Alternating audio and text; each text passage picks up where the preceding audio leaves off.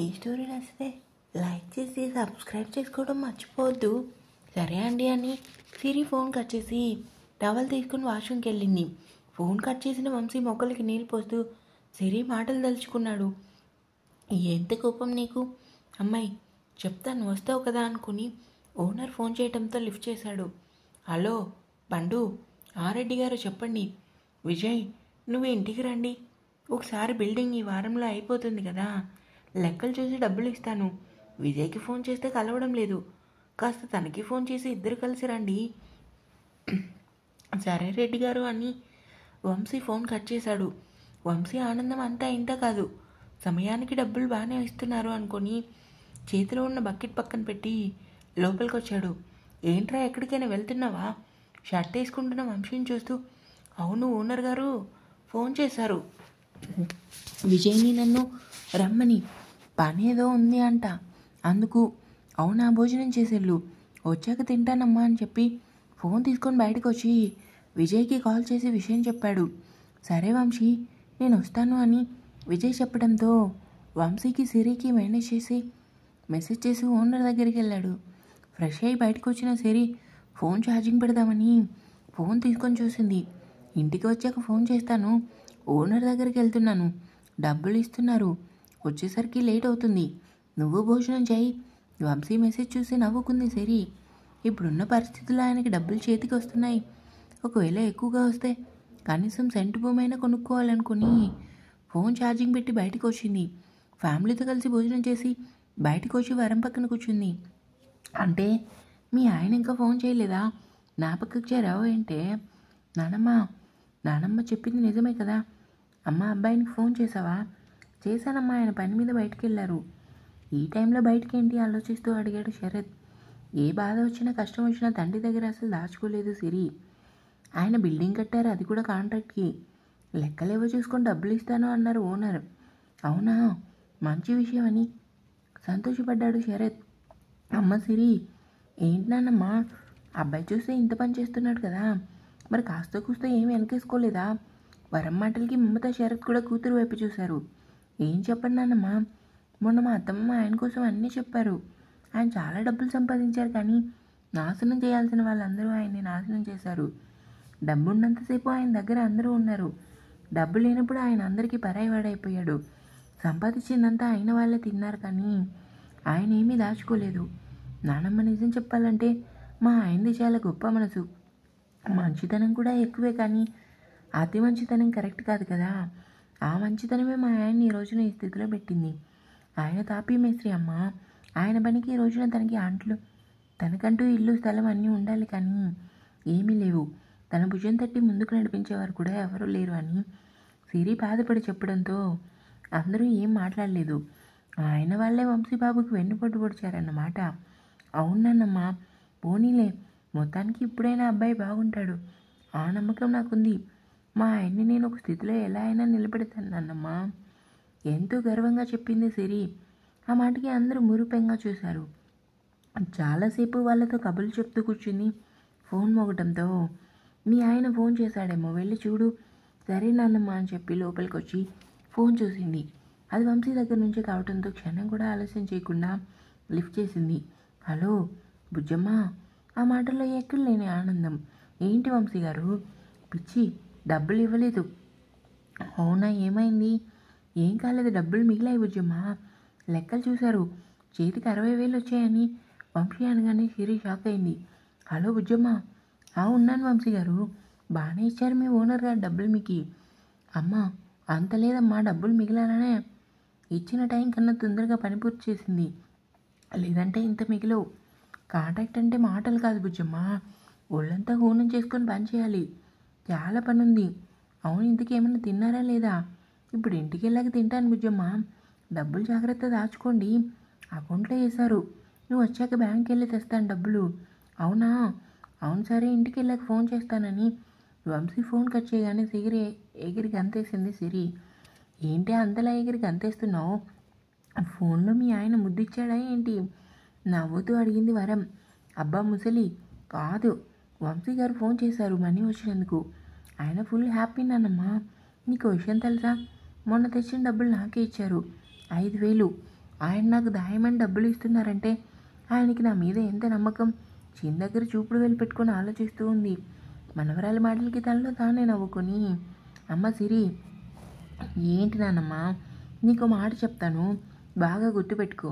మన సంసారం బాగుండాలన్నా నాశనం అవ్వాలన్నా ఇంటి ఇల్లాలు చేసే పనిని బట్టి ఉంటుంది. వంశీని చేతికి డబ్బులు ఇచ్చాడంటే ఎందుకో తెలుసా? నువ్వు అసలు సంసారాన్ని ఎలా చక్కబెడతావో అని. డబ్బులు పాడు చేయకు. ఒక వస్తువు కొనే ముందు ఒకటికి 10 సార్లు ఆలోచించు. అంతేకాదు, వంట వరకు అన్నీ సరిపోయేలా వండాలి, కానీ మిగిలిపోయింది పడేయడం ఇలాంటివి అసలు చేయకు. మిగిలిన అన్నం కూర అవన్నీ సాయంత్రం తినడంలో తప్పులేదు. ఇప్పుడు వంశీబాబు నీ మీద నమ్మకంతో ఉన్నాడు. ఆ నమ్మకాన్ని నువ్వు వమ్ము చేయకు. వంశీ నీకు ఇప్పుడు ఉండటానికి కావాల్సింది ఇల్లు కాబట్టి వచ్చిన డబ్బులు జాగ్రత్త చేసుకొని చిన్న భూమి కొనుక్కోండి. మెల్లిగా మీరు కుదుట పట్టాక ఇల్లు కట్టుకోండి. నువ్వు అన్నీ తెలివిగా చేసుకో. నీ మొగుడు సంపాదన కోసం ఎవరికీ చెప్పకు. చివరికి మాకు కూడా. ఎవరి బుద్ధి ఎటువంటిదో మనకు తెలియదు తల్లి. కాబట్టి మన జాగ్రత్తలో మనం ఉండాలి కదా అని మనవరాలకి మంచి చెడ్డ చెప్పింది. ఆ మాటలు విని సిరి బుద్ధిగా తలూపింది. డబ్బులు అకౌంట్లో వేయడం హ్యాపీగా ఇంటికి వచ్చాడు వంశీ. కొడుకు రావడం చూసిన కాంతమ్మ, ఇంతసేపు ఏంట్రా, ఈ టైం వరకు ఓనర్తో మాట్లాడుతున్నావా? వాడికి పని పాట లేదా అంటూ తిట్టుకుంది కాంతమ్మ. చేతికి మళ్ళీ ఇంకో 2 కాంట్రాక్ట్లు వచ్చాయమ్మా, అందుకే లేట్ అయింది. ఫోన్ ఛార్జింగ్ పెడుతూ చెప్తుంది. ఎన్ని వచ్చినా ఏం లాభం, ఎందుకురా పని అంటూ ఒళ్ళంతా హోనం చేసుకొని రెక్కలు ముక్కలు చేసుకుంటావు. పోనీ వచ్చిన డబ్బు ఏమైనా ఆదా చేసుకుంటావా అంటే అది లేదు. ఇప్పుడైనా కాస్త తెలివిగా ఉండరా, వంశీకి భోజనం వడ్డిస్తూ అంటుంది. సరే అమ్మ అని ప్లేట్లో బిర్యానీ చూసి, ఏంటి మా ఆవిడ వండిందే నాకు పెడుతున్నావా? అందరి కోసం వండింది కదరా. ఏదేమైనా బుజ్జమ్మ నిన్ను బాగా చూసుకుంటుంది. అవునుమా అంటూ ఇద్దరూ కబుర్లు చెప్పుకొని భోజనం చేశారు. డబ్బుల కోసం తల్లికి విషయం చెప్దామనుకున్నాడు, కానీ తన అన్నయ్యకి విషయం చెప్తుందని ఆలోచించి వంశీ కాంతమ్మ దగ్గర వచ్చి డబ్బు వచ్చిందన్న విషయం చెప్పలేదు. ఫోన్ తీసుకొని బెడ్రూమ్కి వచ్చి మంచంపై వాలి సిరికి ఫోన్ చేశాడు. 2 రింగ్లకే ఫోన్ ఎత్తింది సిరి. హలో బుజ్జి, చెప్పండి, ఇప్పుడైనా రావటం? ఏమన్నా తిన్నారా లేదా? గోడకున్న గడియారం చూస్తూ అడిగింది. తిన్నాను బుజ్జి, నువ్వు తిన్నావా? తిన్నానండి. ఏంటి స్పెషల్? స్పెషల్ ఏముంది, అమ్మ నాకు ఇష్టమైన చేపల పులుసు వండింది. అబ్బో, బాగా తిన్నావా? తిన్నాను, కానీ మీరే గుర్తొచ్చారు. మీకు చేపల పులుసు అంటే బాగా ఇష్టం కదా? అవును, నేను తినకపోయినా మా ఆవిడ తింది కదా, అదే నాకు సంతోషం. ఇంకేంటి వంశీ గారు అని రూమ్ నుంచి బయటకు వచ్చి డోర్ క్లోజ్ చేసి టెర్రస్ పైకి వచ్చింది. ఏమన్నావు, అంతా మామూలే. రేపు మళ్ళీ డ్యూటీకి వెళ్ళాలి. వెళ్ళే ముందు పొలం ఎలా ఉందో చూడాలి. మీరు ఒక్కరే అంటే కష్టం కదా. పొలం పనికి ఎవరినైనా మనిషిని పెట్టండి, మీకు ఇబ్బందిగా ఉంటుంది కదా. అంత పని ఏమీ ఉండదు సిరి. మొన్న మళ్ళీ ఎకరం పొలం తీసుకున్నాను, దానికి నీరు పెట్టాలని పొలం విషయం మాట్లాడుతూ హాల్లో కాంతమ్మ మాటలు వినిపించడంతో డోర్ వరకు వచ్చి చూశాడు. ఫోన్లో నవ్వుతూ మాట్లాడుతుంది కాంతమ్మ. లక్ష్మి గారు ఎవరో ఫోన్ చేసి ఉంటారు అనుకొని లోపలికి వచ్చాడు. హలో, ఉన్నారా? బుజ్జి, చెప్పు ఏంటి, ఏమైంది సడన్గా మాటలాపారు? అమ్మ బయట ఉంది కదా, ఫోన్ మాట్లాడుతుంటే చూశాను. అవునా, ఇంతకీ అమ్మకి డబ్బులు వచ్చాయన్న విషయం చెప్పారా? లేదు. ఏంటి, షాక్ అయ్యింది సిరి. అవును సిరి, చెప్పలేదు. కానీ ఎందుకు చెప్పలేదు? అమ్మ అన్నయ్యకి చెప్తుంది డబ్బుల కోసం, అందుకే అమ్మకి విషయం చెప్పలేదు. అత్తమ్మ ఎందుకు గారికి చెప్తుంది? నువ్వు ఇంకా అమ్మని సరిగా చదవలే సిరి. నాకు తెలుసు అమ్మ అన్నయ్య సంగతి. అమ్మతో మాట్లాడినప్పుడు జాగ్రత్తగా మాట్లాడు. అంటే డబ్బు కోసం చెప్పకు. ఎందుకు చెప్తున్నానో విను. మీరు మరీను అండి, అత్తమ్మ ఎలాంటిదో నాకు తెలీదా? సరే నేను చెప్పనులే. బుజ్జి, ఏంటండి, వచ్చిన డబ్బుతో మనకు కావాల్సిన వస్తువులన్నీ కొనినా? వంశీ మాటలకి కంగారు పడింది. అప్పుడే ఎందుకండి, చేతికి డబ్బులు వచ్చాయి కదా బుజ్జమ్మ, అందుకే నువ్వు వచ్చాక కావాల్సినవి తీసుకుందాం. ఏమంటావు? కొందరు, కానీ అప్పుడే కాదు. నేను మీకు సర్ప్రైజ్ ఇస్తా. ఆ సర్ప్రైజ్ చూశాక అప్పుడు కొందరు, సరేనా? సర్ప్రైజ్ ఏంటి బుజ్జమ్మ? చెప్పేస్తే సర్ప్రైజ్ ఏముంటుంది? అబ్బో సరే బుజ్జమ్మ, పడుకో, పొద్దున ఫోన్ చేస్తాను. సరే వంశీ గారు అని సిరి ఫోన్ పెట్టేయగానే వంశీ ఫోన్ ఛార్జింగ్ పెట్టి బెడ్ మీద వాలాడు. నా దగ్గర డబ్బులు ఏం లేవు. ఉన్న డబ్బులతో చిన్నోడు పెళ్లి చేశాను. నువ్వు కనీసం ₹1 కూడా సర్దలేదు. అయినా నా దగ్గర డబ్బులు ఎలా వస్తాయి పెద్దోడా? మాట్లాడితే నీ చిన్న కొడుకు చిన్న కోడలు అంటావు, కానీ నా కోసం, నా బిడ్డల కోసం పట్టించుకోవా అమ్మా? నీ బిడ్డల కోసం నీకోసం పట్టించుకోలేదని నన్ను అంటున్నావు. నా దగ్గర ఉంటే మిమ్మల్ని చూస్తాను కానీ మీరు నన్ను కాదని వెళ్ళిపోయారు. నువ్వు నా దగ్గర ఉండాలా, నేను నీ దగ్గర ఉండాలా? ఇంకోసారి ఇలాంటి మాటలు మాట్లాడక పెద్దోడా. ఉంటానని ఫోన్ కట్ చేసింది కాంతమ్మ. అప్పటికి ఈ మాటలన్నీ విన్నాడు వంశీ. అమ్మకి అన్నయ్యకి ఇది మామూలే అనుకుని నిద్రలోకి జారుకున్నాడు. కాంతమ్మకి నిద్ర పట్టలేదు.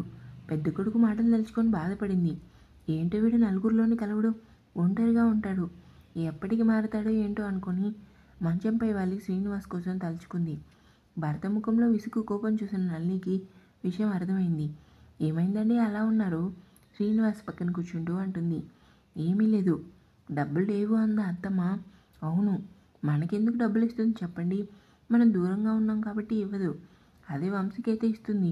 ఎందుకంటే తను అన్నీ తెచ్చి పెడతాడు.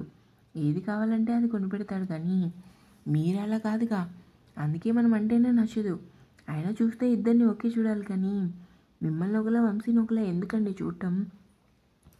ఈరోజు మొదలు మీరు అసలు అత్తమ్మని ఏం అడగండి. మన బతుకులేవో మనం బతుకుదాం. మా అమ్మమ్మ ఉంది కదా, ఫోన్ చేస్తాను, ఒక 10,000 ఇమ్మని, తను ఖచ్చితంగా ఇస్తుంది అని మాటలు కలిపింది. భార్య మాటలు విన్న శ్రీనివాస్ ఏం మాట్లాడలేదు. తన ఆలోచనలో తను ఉన్నాడు. ఇంకా ఉంది.